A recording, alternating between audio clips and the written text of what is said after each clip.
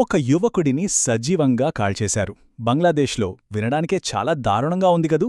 కానీ ఇది కేవలం ఒక యాదృచ్ఛిక దాడి కాలని ఒక ఇన్వెస్టిగేటివ్ రిపోర్ట్ చెప్తోంది. జనవరి 2026లో వచ్చిన ఈ నివేదిక ప్రకారం ఇది మైనారిటీలను టార్గెట్ చేస్తున్న ఒక హింసాత్మక పరంపరలో భాగం. సరే, ఈరోజు మనం ఆ నివేదికలో ఉన్న షాకింగ్ వివరాల్లోకి వెళ్దాం. ఒక హత్య వెనుకున్న ఒక పెద్ద నమూనాని అర్థం చేసుకునే ప్రయత్నం చేద్దాం. సరే, ఈ మొత్తం విషయాన్ని అర్థం చేసుకోవడానికి మనం దీన్ని 6 విభాగాలుగా చూద్దాం. ముందుగా ఆ యువకుడి హత్య కథతో మొదలుపెట్టి తర్వాత కేసులో ఉన్న విరుద్ధమైన ఆధారాల్ని చూద్దాం. అక్కడ నుంచి ఇది ఒక పెద్ద హింసాకాండలో భాగమని ఎలా చెప్పొచ్చో పరిశీలించి దీని వెనుక ఉన్న ఆర్థిక వ్యూహమేంటో అర్థం చేసుకుందాం. ఇక చివరిగా రాజకీయ పరిస్థితులు ఏంటి, అసలు జవాబుదారీతనం ఉందా లేదా అనే విషయంతో దీన్ని ముగిద్దాం. చూడండి, వార్తల్లో మనం ఎప్పుడూ నంబర్ల గురించే వింటాం. ఇంతమంది చనిపోయారు, ఇన్ని దాడులు జరిగాయి అని. కాని ప్రతి నంబర్ వెనుక ఒక మనిషి, ఒక కథ, ఒక జీవితముంటాయి. అందుకే ఈ మొదటి విభాగంలో మనం ఆ కథ గురించే మాట్లాడుకోబోతున్నాం. ఈ దారుణానికి బాధితుడైన ఆ 23 ఏళ్ల కుర్రాడు చంచల్ చంద్ర భౌమిక్ గురించి, అతని విషాదకరమైన కథ గురించి తెలుసుకుందాం. అది జనవరి 23, 2026 బంగ్లాదేశ్లోని నర్సింగ్డి అనే ప్రాంతం. ఒక గ్యారేజ్లో ఒక యువకుడు నిద్రపోతున్నాడు. బయటనుంచి ఎవరో తాళం వేసి నిప్పుపెట్టి సజీవ దహనం చేశారు. ఇది కేవలం ఒక నేరం కాదు, మానవత్వానికి ఒక మచ్చలాంటిది. ఇన్వెస్టిగేటివ్ రిపోర్ట్ కూడా తన విశ్లేషణ సరిగ్గా ఇక్కడ్నుంచే మొదలుపెట్టింది. అసలు ఎవరి చంచల్ చంద్ర భౌమిక్? కేవలం బాధితుడు అని చెప్పి వదిలేయలేం. ఎందుకంటే అతను ఒక అనారోగ్యంతో ఉన్న తల్లికి, ఒక వికలాంగుడైన సోదరుడికి, వాళ్ళిద్దరికీ అతనే ఏకైక ఆధారం. కుటుంబాన్ని పోషించడం కోసమే తన ఊరు వదిలి పనికోసం ఇక్కడికి వచ్చిన 23 ఏళ్ల కుర్రాడు. అంటే అతని మరణం కేవలం ఒక హత్య కాదు, అది ఒక కుటుంబాన్ని రోడ్డున పడేసినట్టే. ఈ దాడి చూస్తుంటేనే అర్థమవుతుంది, ఇది అనుకోకుండా జరిగిందసలు కాదు, పక్కా ప్లాన్తో చేసిన హత్య. గ్యారేజ్కి బయటనుంచి తాళం వేశారు, లోపల నిద్రపోతున్న చంచల్కి తప్పించుకోవడానికి ఒక్క చిన్న అవకాశం కూడా ఇవ్వలేదు. ఆ తరువాత నిప్పు పెట్టారు. ఇంత క్రూరంగా చేశారంటేనే ఇది సాధారణ హింస కాదని మనకు స్పష్టంగా తెలిసిపోతుంది. ఇంత పక్కాగా పథకం ప్రకారం జరిగిన హత్య కదా, విచారణ ఫాస్ట్గా జరిగి నిందితుల్ని పట్టుకోవాలి. కాని అక్కడే అసలు ట్విస్ట్ మొదలైంది. అధికారికంగా జరుగుతున్న దర్యాప్తుకు, కళ్ల ముందు కనిపిస్తున్న సాక్ష్యానికి మధ్య ఒక పెద్ద తేడా బయటపడింది. ఇప్పుడు చూడండి, 2 వెర్షన్లు నడుస్తున్నాయి. ఒకవైపు పోలీసులేమంటున్నారంటే ఎలక్ట్రికల్ షార్ట్ సర్క్యూట్ వల్ల జరిగి ఉండొచ్చు, దర్యాప్తు చేస్తున్నామంటున్నారు. కాని మరోవైపు సీసీటీవీ ఫుటేజ్ వేరే కథ చెప్తోంది. అందులో ఒక వ్యక్తి గ్యారేజ్ షట్టర్ కింద నిప్పు పెట్టి పారిపోవటం చాలా క్లియర్గా రికార్డయింది. మరి ఈ రెండింటి మధ్య ఇంత తేడా ఎందుకుంది? ఇదే దర్యాప్తుపై పెద్ద ప్రశ్నల్ని లేవనెత్తుతోంది. అన్నిటికంటే షాకింగ్ విషయమేంటో తెలుసా? నిందితుడు ఇంత స్పష్టంగా కనిపిస్తున్న సీసీటీవీ ఫుటేజ్ దొరికింది, 3 రోజులు గడిచిపోయింది. అయినా ఒక్క అరెస్ట్ కూడా జరగలేదు. సాక్ష్యం చేతిలో ఉన్నా సరే ఎటువంటి చర్య తీసుకోకపోవడం దేనికి సంకేతం? చంచల్ హత్యా కేసులో దర్యాప్తు ఇలా నత్తనడకన సాగడం చూస్తుంటే ఒక అనుమానం వస్తోంది కదా. ఇది కేవలం ఒకే ఒక్క సంఘటన, లేక దీని వెనకాల ఏదైనా పెద్ద నమూనా ఉందా?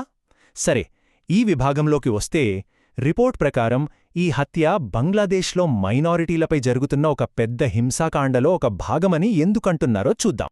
ఒక్కసారి ఈ టైంలైన్ చూడండి. కేవలం ఒక నెల రోజుల వ్యవధిలో పరిస్థితి ఎంత వేగంగా చేయి దాటిపోయిందో మనకర్థమవుతుంది. డిసెంబర్ 18న దైవదూషణ ఆరోపణలతో ఒకరిని కొట్టి చంపారు.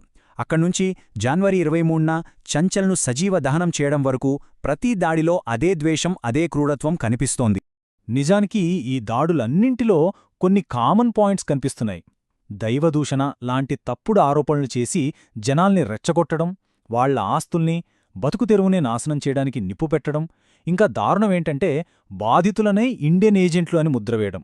ఇవన్నీ చూస్తుంటే ఇది యాదృచ్ఛికంగా జరుగుతున్న హింసలా అస్సలనిపించట్లేదు, ఒక పక్కా వ్యూహంతో జరుగుతున్నట్టుంది. మరి ఈ దాడుల వెనుక అసలు ఉద్దేశమేంటి? కేవలం విద్వేషం మాత్రమేనా? ఈ రిపోర్టు ప్రకారం దీని వెనుక చాలా లోతైన, ప్రమాదకరమైన ఒక వ్యూహముంది. దానికి వాళ్లు పెట్టిన పేరు ఆర్థిక యుద్ధం. అంటే మైనారిటీల జీవనోపాధిని టార్గెట్ చేయడం. అసలు ఆర్థిక యుద్ధం అంటే ఏంటి? సింపుల్గా చెప్పాలంటే ఒక కమ్యూనిటీని ఆర్థికంగా దెబ్బతీయడం, వాళ్ల షాపులు, వ్యాపారాలు, వాళ్ల బతుకు తెరువుని నాశనం చేయడం, తద్వారా వాళ్లలో భయాన్ని పుట్టించి పేదరికంలోకి నెట్టేసి చివరికి ఆ ప్రాంతం నుంచే వాళ్లు వెళ్ళిపోయేలా చేయడం. ఈ వ్యూహం ఒక 4 దశల ప్రక్రియలా పనిచేస్తోందని రిపోర్ట్ చెప్తోంది. ఫస్ట్, కుటుంబానికి సంపాదన తెచ్చే ఒక్కగానొక వ్యక్తిని టార్గెట్ చేస్తారు. సెకండ్, వాళ్ల బతుకుతరువైన షాపో గ్యారేజో దాన్ని నాశనం చేస్తారు. థర్డ్, దీంతో ఆ కుటుంబం మొత్తం ఉన్నట్టుండి పేదరికంలోకి కూరుకుపోతుంది.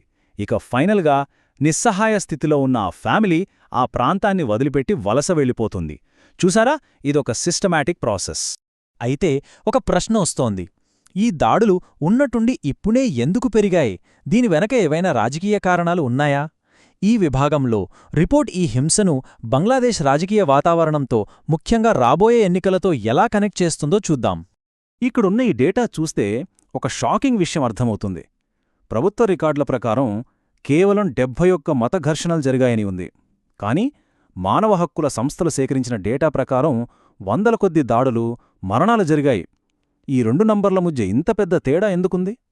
ప్రభుత్వం అసలు సమస్య తీవ్రతను కావాలనే తక్కువ చేసి చూపిస్తుందా అనే బలమైన అనుమానం రాకమానదు. ఈ హింస పెరగడంలో టైమింగ్ చాలా ఇంపార్టెంట్. రిపోర్ట్ ఏం చెప్తుందంటే, ఈ దాడులన్నీ ఫిబ్రవరి 12, 2026న జరగబోయే జనరల్ ఎలక్షన్స్కి ముందు ఎక్కువయ్యాయని. మరిది కేవలం యాదృచ్ఛికమా, లేక ఎన్నికల్లో మైనారిటీ ఓటర్లను భయపెట్టి వాళ్ళని ఓటింగ్కి దూరం పెట్టే ప్లాన్లో భాగమా? ఇన్ని దాడులు జరుగుతున్నాయి సరే, మరి బాధితులకు న్యాయం జరగాలి కదా? కాని నిజంగా ఏం జరుగుతోంది? మన చివరి విభాగంలో ఈ కేసుల్లో జవాబుదారీతనం ఎందుకు లోపించిందో, ఈ పరిస్థితిపై అంతర్జాతీయ సమాజం ఎలా రియాక్ట్ అవుతోందో చూద్దాం.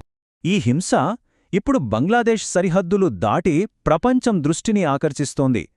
బ్రిటిష్ ఎంపీ బాబ్ బ్లాక్మన్ లాంటి వాళ్లు ఏకంగా బంగ్లాదేశ్లో హిందువుల పరిస్థితి చాలా దారుణంగా ఉంది అని హెచ్చరిస్తున్నారు. దీన్ని బట్టి ఇది కేవలం ఆ దేశ అంతర్గత సమస్య కాదని, ఇదొక మానవ హక్కుల ఉల్లంఘన అని ప్రపంచం గుర్తిస్తోందని అర్థమవుతోంది. ఈ విశ్లేషణ ప్రకారం ఇక్కడ అసలు సమస్యే ఒక కల్చర్ ఆఫ్ ఇంప్యూనిటీ, అంటే దండనారాహిత్య సంస్కృతి.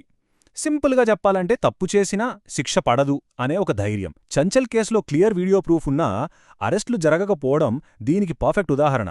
ఇలాంటి వాతావరణం ఉన్నప్పుడు నేరస్తులకు ఇంకా ధైర్యం వస్తుంది, హింస మరింత పెరిగిపోతుంది.